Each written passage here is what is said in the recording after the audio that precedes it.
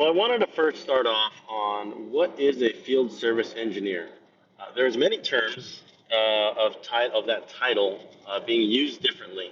You'll see or hear field service engineer, field service representative, field service technician, field technician, and even more specific in-house service technician or service engineer.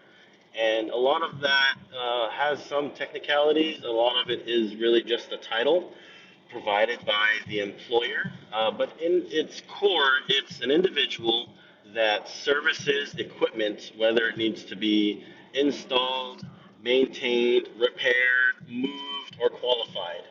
Um, if it's if you're an individual that's only qualifying equipment, that usually saves the title. They're usually put into a title called a qualification engineer or validation engineer.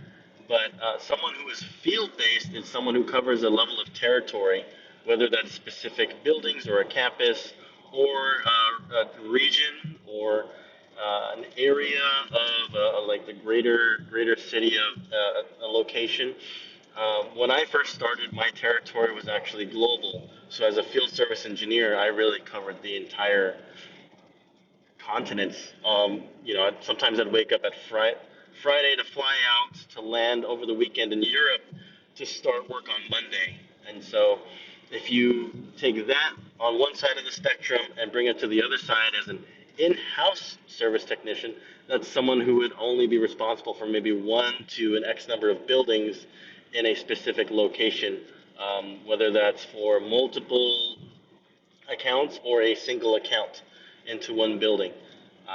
That's general terms. And in terms of the differences between engineer and technician, for an employer, that could be very technical in terms of engineers have a little more space and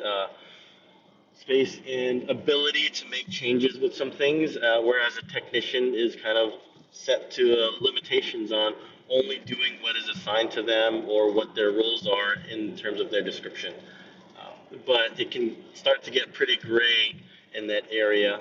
But generally speaking, you are really responsible for maintaining a set of equipment